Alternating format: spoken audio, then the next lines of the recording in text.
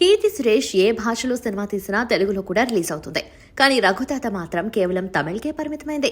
అక్కడ థియేటర్స్ లో రిలీజ్ అయిన ఈ సినిమా ఇప్పుడు ఓటీటీ ఆడియన్స్ ను పలకరించింది. ZEE5 లో విడుదలైన రఘుతాతలో ప్రేక్షకుల్ని అలరించిన అంశాలేంటి?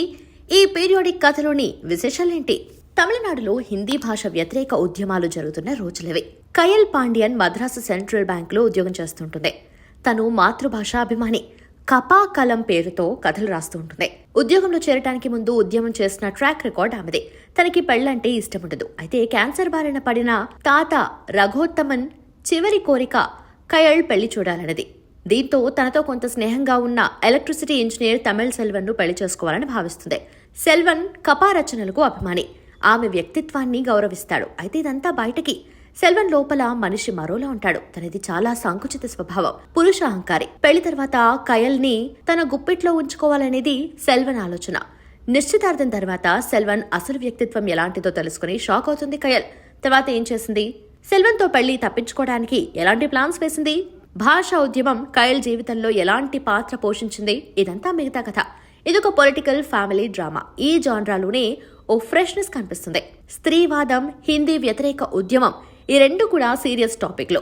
ఇలాంటి టాపిక్స్ కు లైట్ అయ్యర్ ఫ్యామిలీ డ్రామాని జోడించి రఘుతాతని తీర్చిదిద్దాడు దర్శకుడు. భాషా ఉద్యమం, కీర్తి సురేష్ పాత్రని పరిచయం చేస్తూ కథ మొదలవుతుంది.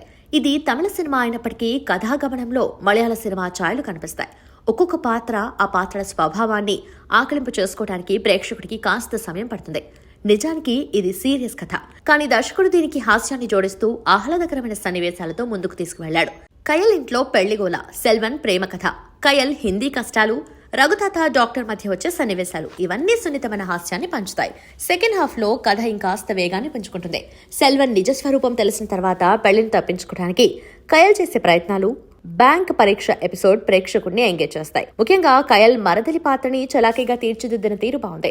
ఈ కథ 70ల కాలం నాటిదే. అయితే ఆ పాత్రల స్వభావాలు ఆధునిక ధోరణి కనిపించడం బాగుంది. రెగ్యులర్ సినిమాల కిడ్నాప్ డ్రామాతో క్లైమాక్స్ నడిచినప్పటికీ చివరికి కయల్ పాత్రతో దర్శకుడు చెప్పదలుచుకున్న సందేశాన్ని చెప్పాడు. కయల్ పాత్రలో కీర్తి సురేష్ ఒదిగిపోయింది. ఆధునిక స్వతంత్ర భావజాలం ఉన్న పాత్రలో హుందాగా కనిపించింది. ఆడ మగ సమానత్వం కోసం పాటుపడే పాత్ర తనదే. అలా అని మరి ఉపన్యాసాలు దించేసేలా ఉండదు. హ్యూమర్ టచ్ తో బ్యాలెన్స్ గా ఆ పాత్రని అభినయించింది. టైటిల్ రఘుతాత అని పెట్టారు, కానీ కథ మొత్తం కయల్ చుట్టూనే జరుగుతుంది. సెల్వన్ పాత్రలో రవీంద్ర విజయ్ సహజమైన నటనతో ఆకట్టుకున్నాడు. స్త్రీ ఆధిపత్యాన్ని భరించలేని క్యారెక్టర్లో తనదైన నటన చూపాడు. తాత పాత్రలో చేసిన భాస్కర్ హ్యూమర్ బాగుంది. కయల్ మరదలిగా కనిపించిన నటి భలే నవ్విస్తుంది. తను ఈ సినిమాకు స్పెషల్ అట్రాక్షన్.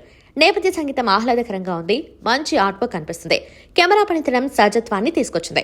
దర్శకుడు గంభీరమైన అంశాన్ని సున్నితంగా చెప్పడంలో మంచి ప్రతిభ కనబర్చాడు. తెలుగు డబ్బింగ్ క్వాలిటీ బాగుంది, కానీ ఇది పూర్తి తమిళ నేపథ్యం ఉన్న సినిమా. అందుకే తెలుగు రాష్ట్రాల్లో విడుదల చేయడానికి ఆసక్తి చూపించలేదు. ఎలాంటి కమర్షియల్ ఎలిమెంట్స్ ఆశించకుండా కాస్త ఓపిక తెచ్చుకుని ఓ లైట్ వెయిట్ సినిమా చూడాలనుకునే ప్రేక్షకులకు రఘుతాత కాలక్షేపాన్ని ఇస్తాడు.